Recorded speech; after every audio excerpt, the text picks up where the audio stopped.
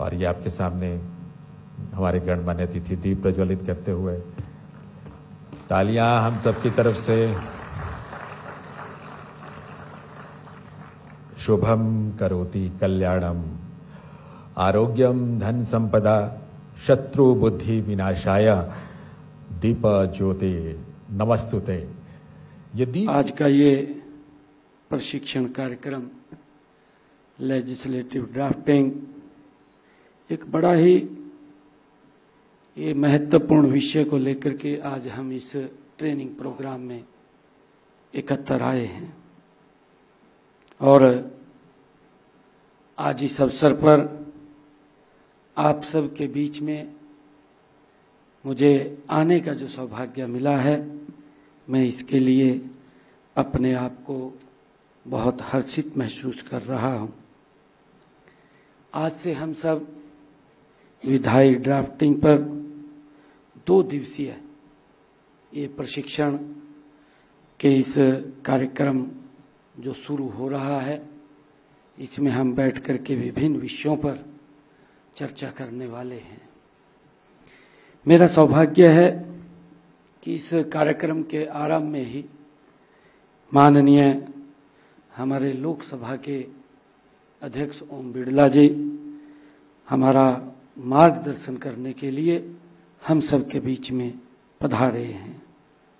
मैं अपनी ओर से हरियाणा के 2 करोड़ 80 लाख लोगों की तरफ से और आप सब की तरफ से मैं ओम बिड़ला जी का यहाँ पधारने पर बहुत बहुत स्वागत और उनका अभिनंदन करता हूँ।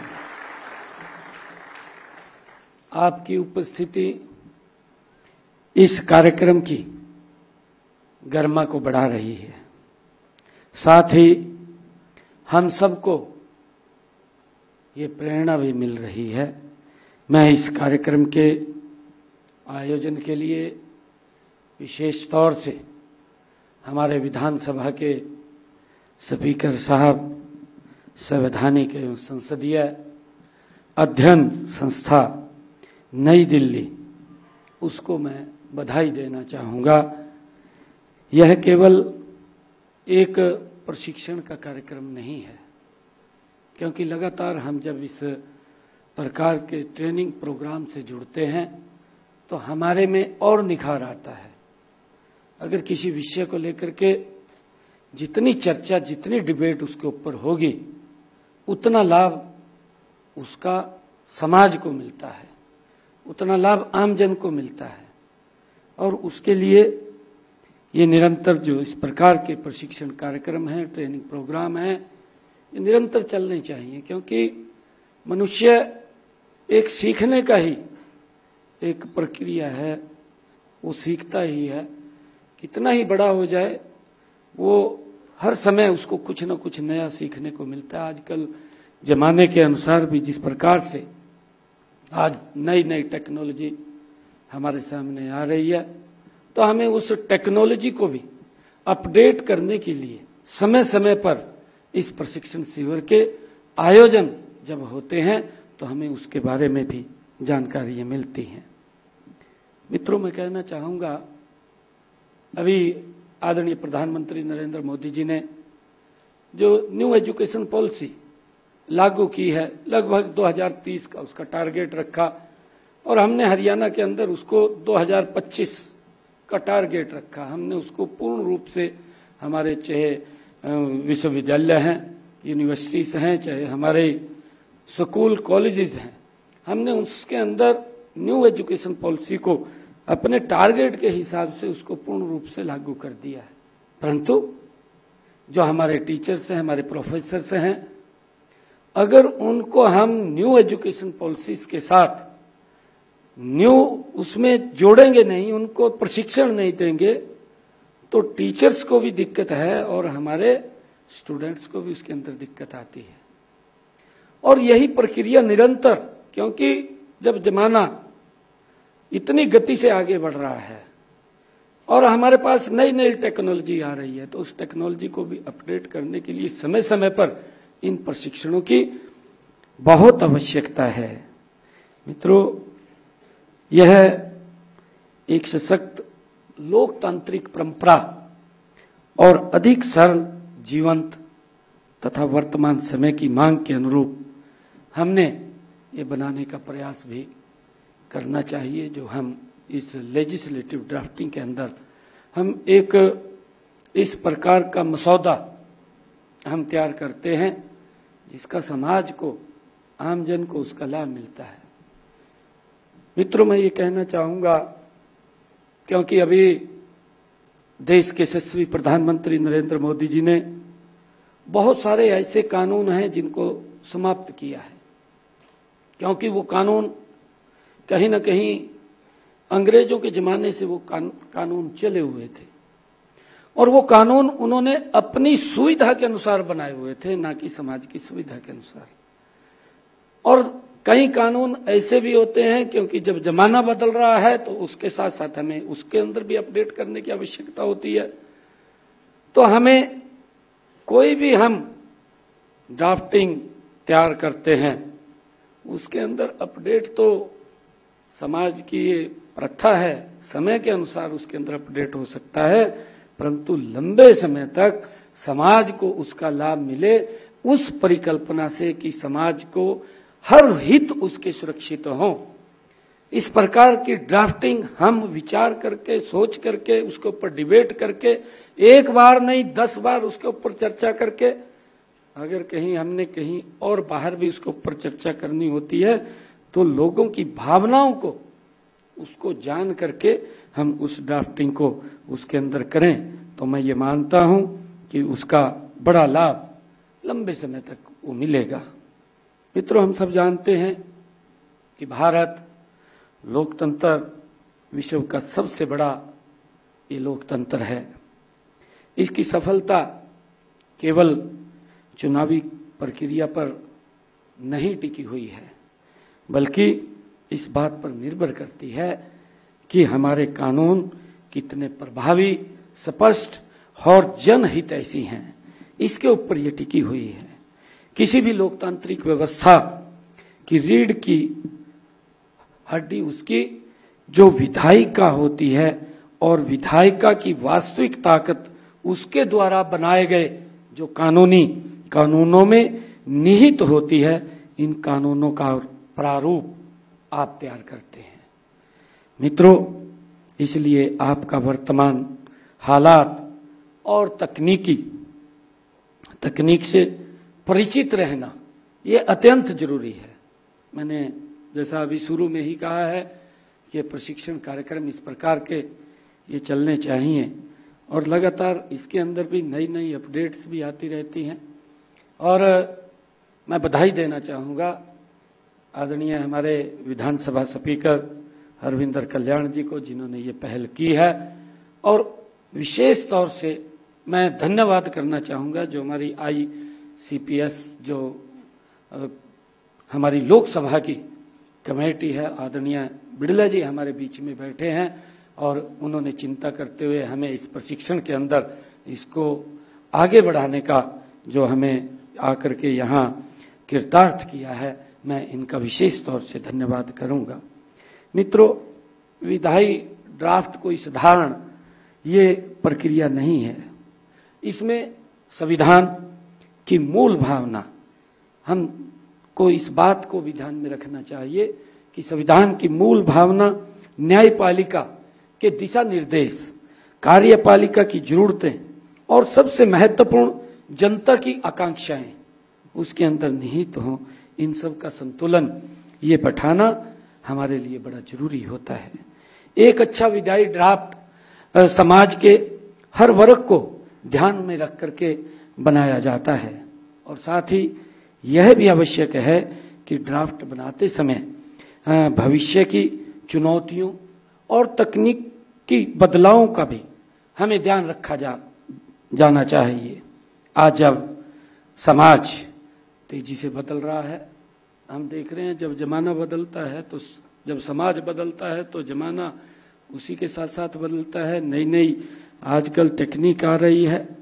इस प्रकार से डिजिटल युग आज ने शासन प्रशासन को नए आयाम दिए हैं और तब हमें विधायी ड्राफ्टिंग में आधुनिकता और नवाचार की आज हमारे लिए बड़ी आवश्यकता है। मित्रों, विधानसभा केवल बहस और चर्चा का ये मंच नहीं है, बल्कि यह जनता की जो इच्छाएं हैं, उन इच्छाओं और आकांक्षाओं का ये एक प्रतीक भी है, प्रतिबिंब भी है। संविधान ने हमें जो जिम्मेवारी दी है वो हमारे लिए अत्यंत पवित्र है। हमें यह सुनिश्चित करना है कि विधानसभा में बनने वाले प्रत्येक कानून में संविधान की आत्मा वो झलके, सामाजिक न्याय, समानता और समावेशिता हर विधेयक का आधार बने। मित्रों, हरियाणा सदैव देश के लोकतांत्रिक मूल्यों के प्रति ये सजग रहा है। हमारी विधानसभा ने समय समय पर अपने कामकाज को पारदर्शिता और कार्यकुशलता को बढ़ाने के लिए नए कदम उठाए हैं। मित्रों, हम सब देखते हैं कि विधानसभा डिजिटलीकरण और पारदर्शिता की दिशा में हरियाणा विधानसभा देश की अग्रणी विधानसभाओं में गिनी जाती है और उसका सारा श्रेय वो आप सब लोगों के ऊपर जाता है। हरियाणा मुझे बताते हुए कि अब विधायी ड्राफ्टिंग पर यह प्रशिक्षण कार्यक्रम इसी दिशा में ही एक महत्वपूर्ण ये कदम है। मित्रों, मैं विशेष रूप से माननीय विधानसभा अध्यक्ष और उनकी पूरी टीम को मैं हार्दिक बधाई भी देना चाहता हूं कि इन्होंने इस तरह के प्रशिक्षण को संभव बनाया है जो आज हम सब इसके साथ जुड़े हैं। यह प्रशिक्षण आप सभी अधिकारियों के लिए ये एक अत्यंत महत्वपूर्ण है, क्योंकि आप ही वह कड़ी हैं जो नीति और कानून दोनों को जोड़ने का काम आप लोग करते हैं। आपके प्रयासों से ही कोई विधेयक सुसंगत भाषा में तैयार होकर सदन में प्रस्तुत होता है, परंतु आपकी केवल तकनीकी जिम्मेवारी नहीं है, बल्कि आपका संवैधानिक दायित्व भी है। मित्रों, आपकी कलम यह सुनिश्चित करती है कि जो कानून बने वह न केवल न्यायपूर्ण हो, बल्कि जनता की नब्ज से भी वो जुड़ा होना चाहिए। ऐसी आपकी कलम उस के लिए वो चले और इस प्रशिक्षण को केवल एक ट्रेनिंग प्रक्रिया न माने, बल्कि इसे एक जन सेवा का अवसर माने, ऐसा मैं आप लोगों से कहना चाहूंगा। मित्रों, आज दुनिया देश के यशस्वी प्रधानमंत्री आदरणीय नरेंद्र मोदी जी के कुशल नेतृत्व में भारत को दुनिया की सबसे बड़ी और जीवंत लोकतांत्रिक शक्ति के रूप में देखती है। मुझे ये खुशी है कि आज अंतर्राष्ट्रीय मंचों पर भारत की विधायी और प्रशासनिक प्रक्रियाएं उदाहरण बन रही हैं, और ऐसे में हमारी जिम्मेवारी और अधिक बढ़ जाती है कि हम अपनी विधायी ड्राफ्टिंग को उच्चतम स्तर तक बनाएं, कि जिसको हर व्यक्ति देख करके कहे कि नहीं, ये ठीक है। क्योंकि गरीब व्यक्ति या आम व्यक्ति, देश का कोई भी नागरिक कानून के सहारे के ऊपर वो उसको देख करके अपने आप को सुरक्षित महसूस करता है, जब उसको मालूम है कि अगर मेरे साथ कोई नहीं खड़ा तो कानून मेरे साथ खड़ा होगा, तो उसके ऊपर एक बड़ा विश्वास ये हमारे विधायी कार्य के ऊपर होता है। मित्रों, आज का यह प्रशिक्षण कार्यक्रम इसी दिशा में ही एक महत्वपूर्ण कदम है। आप यह न केवल मसौदा तैयार करने की तकनीकी बारीकियों को समझेंगे, बल्कि आप कानूनी, नैतिक और संवैधानिक सिद्धांतों के साथ साथ नवीनतम तकनीकों जैसे कि AI, आर्टिफिशियल इंटेलिजेंस के उपयोग के बारे में भी आप जानेंगे। मुझे पूरा विश्वास है कि आप इस अवसर पर पूरा लाभ उठाएंगे और अपने ज्ञान और कौशल को और बढ़ाएंगे। हमारी सरकार का लक्ष्य एक ऐसा शासन मॉडल स्थापित करना है जो पारदर्शी, जवाबदेह और कुशल हो। इस लक्ष्य को प्राप्त करने के लिए हमें ऐसे अधिकारियों और कर्मचारियों की जरूरत है जो कानून बनाने की प्रक्रिया में निपुण हो। आपके द्वारा तैयार किए गए मजबूत और स्पष्ट कानून ही एक मजबूत और विकसित हरियाणा की नींव रखेंगे, मुझे पूरा विश्वास है। और मुझे ये भी यकीन है कि अगले 2 दिनों में आप सभी विभिन्न विशेषज्ञों से बहुत कुछ सीखेंगे भी। यह ज्ञान आपके पेशेवर जीवन में एक नया ये अध्याय जोड़ेगा और आपको राज्य की सेवा करने के लिए और भी बेहतर तरीके से ये तैयार करेगा। मित्रों, मैं आज आप लोगों के बीच में कहना चाहूंगा कि आदरणीय प्रधानमंत्री जी ने एक संकल्प लिया है और उन्होंने संकल्प लिया है विकसित राष्ट्र का, कि 2047 तक ये भारत विकसित राष्ट्र बने। और उसको लेकर के पिछले अगर 11.5 सालों का कार्यकाल देखेंगे, क्योंकि उसके पीछे की आप लोग ताकत हैं, जो विकसित राष्ट्र है उस विकसित राष्ट्र को खड़ा करने में आप लोगों की पूर्ण ताकत उसके अंदर है। और आने वाले समय के अंदर हमारा देश, हमारा प्रदेश वो किस गति से आगे बढ़े, ये आपके इस कलम से है कि हम किस प्रकार से देश और प्रदेश को आगे बढ़ा सकते हैं। और उसी कड़ी के अंदर जब विकसित राष्ट्र का संकल्प आदरणीय प्रधानमंत्री जी ने लिया है, तो हमारा हरियाणा ये प्रमुख भूमिका उस विकसित राष्ट्र के अंदर निभाए, ऐसी हमारी कल्पना है। और हम मिलकर के आदरणीय प्रधानमंत्री जी के उस संकल्प को पूरा करेंगे। हम देख भी रहे हैं, हमने देखा भी है कि जहां भारत दुनिया का 11वें 12वें स्थान के ऊपर ये आर्थिक रूप से खड़ा था, तो देखते ही देखते 10.5 वर्षों में ये भारत दुनिया की चौथी आर्थिक इकोनॉमी के रूप में आकर के खड़ा हो गया है। ये विकसित राष्ट्र की तरफ गति से बढ़ रहा है और उसमें हम सब की और आने वाली जो हमारी जनरेशन है, जो इसके ऊपर चलने वाली है, जो इस आपने जो आज शब्द लिखे हैं, इन्हीं शब्दों को पकड़ करके आगे बढ़ने वाली है।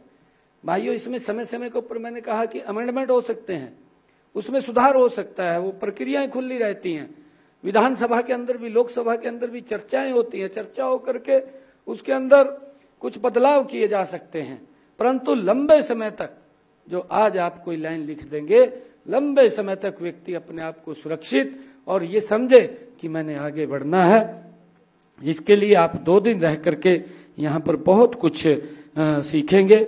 मैं एक बार फिर आयोजकों को इस पहल के लिए बधाई भी देता हूं और आप सबके उज्जवल भविष्य की मैं कामना भी करता हूं। और मैं इस कार्यक्रम के लिए अपना कीमती समय देने के लिए मैं अपने माननीय लोकसभा अध्यक्ष ओम बिड़ला जी का पुनः दिल से बहुत बहुत आभार और उनका दिल से धन्यवाद करता हूं। ये नवरात्रों का पर्व चल रहा है, सेवा का पखवाड़ा चल रहा है। आदरणीय प्रधानमंत्री जी ने आह्वान किया है कि 17 सितंबर से लेकर के 2 अक्टूबर तक ये सेवा पखवाड़ा के रूप में ये हम इसको मना रहे हैं। और हम सब के लिए सौभाग्य की बात है कि माँ के नवरात्रे भी चल रहे हैं, उनकी भी मैं आप सबको बहुत बहुत बधाई देता हूं। और आने वाले समय के अंदर विजयदशमी का पर्व और दीपावली का महापर्व भी है, उसकी भी हम आप सबको बहुत बहुत बधाई और शुभकामनाएं देता हूं। इन्हीं शब्दों के साथ जय हिंद, जय भारत, जय भारत। उनके लिए और तालियों से आभार आपका।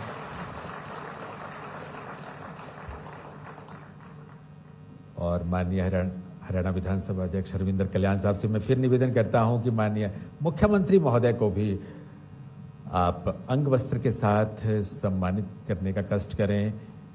तालियां आप सबकी तरफ से। और ये स्मृति चिन्ह माननीय मुख्यमंत्री महोदय के लिए।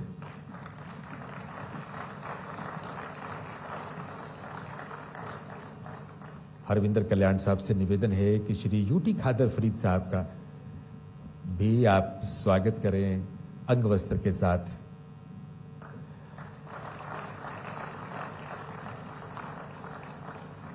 और एक स्मृति चिन्ह खादर फरीद साहब के लिए।